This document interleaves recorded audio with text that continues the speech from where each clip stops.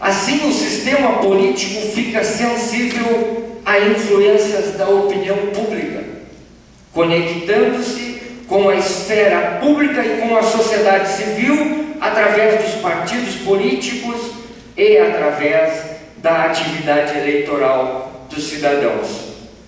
Habermas pensa a sociedade, assim como Luhmann, na perspectiva sistêmica, englobando vários subsistemas, nos quais pode-se enquadrar o direito, a política, etc., que estão direcionados a relações concomitantes, porém diferente deste, já que interpreta esses subsistemas de forma aberta, no sentido de uma comunicação e mútua troca de informações.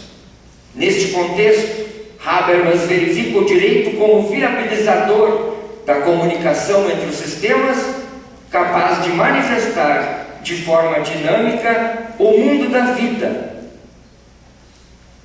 Só que neste mundo da vida é que ocorrem as influências estruturais do ser humano, os aspectos culturais, os aspectos sociais. Mas todos irão para o mundo da vida, e será que todos saberão utilizar os instrumentos que estão disponibilizados para a população se manifestar e interferir na formação das políticas públicas? Será que todos eles têm consciência, por exemplo, que está disponível para a população a audiência pública, onde pode se manifestar e levar os seus anseios representativos de sua comunidade? Como saberão, em face do baixo nível educacional, do véu de ignorância que a maioria da população vive, e que muitas vezes isto é direcionado porque há interesses para que as pessoas não se desenvolvam cultural e intelectualmente em face dos espectadores e das expectativas e da complexidade que o direito terá que resolver essas situações. Continuemos. Passemos agora a explorar mais um pouco a teoria sistêmica de Luhmann, que parte do pressuposto de que a sociedade tem as características de um sistema, possibilitando a compreensão dos fenômenos sociais por meio dos laços que os unem e os constituem numa totalidade, como uma teia. Aqui, Luhmann, apesar de ser criticado por Humberto Maturana, se vale da autopoese. E é fácil se valer de uma palavra nova, porque não há necessidade de muitas explicações para introduzir em sua teoria.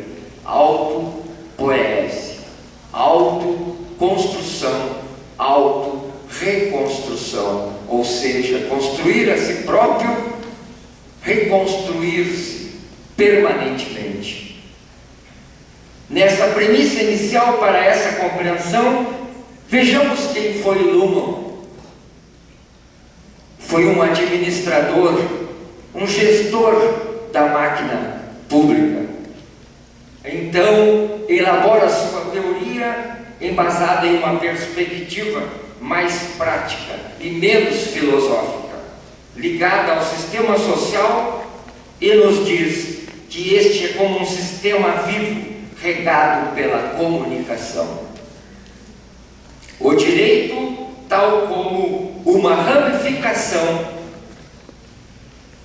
do sistema, é interpretado como um estabilizador das expectativas de comportamento, ou seja, como um redutor da complexidade.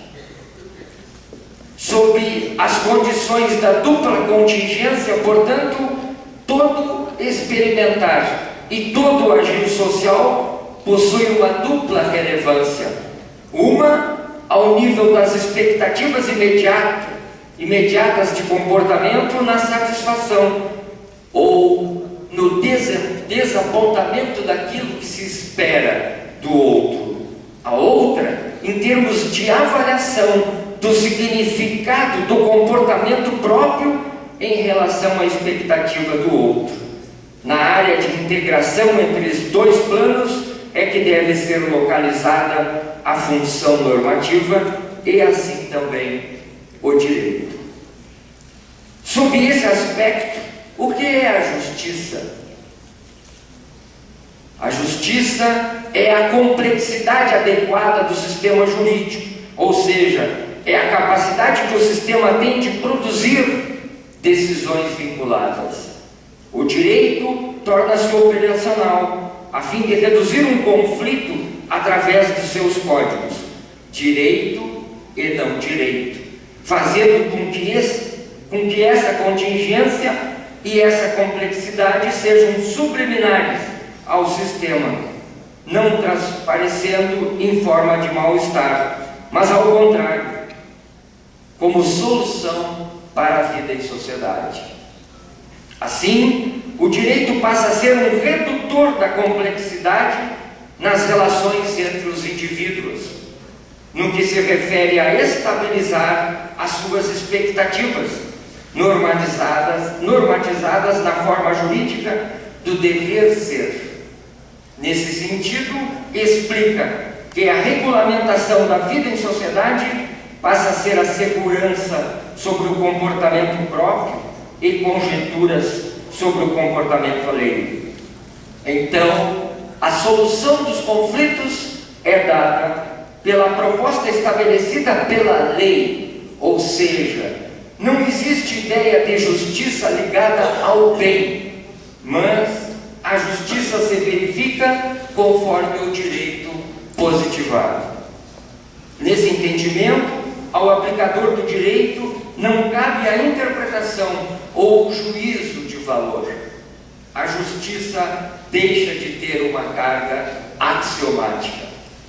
A normatização jurídica é fundamentada pela possibilidade de alteração do direito conforme as novas pretensões apontadas na sociedade, fazendo a ordem jurídica acompanhar as evoluções ocorridas em função das novas relações entre os indivíduos. O segundo arquiteto da contemporaneidade, falei sobre o primeiro, Sigmund Freud, que nos trouxe a psicologia científica. O segundo arquiteto, Marx, que nos apresenta a sociedade e o aspecto da competitividade entre os indivíduos e a força do valor que um detém sobre o outro.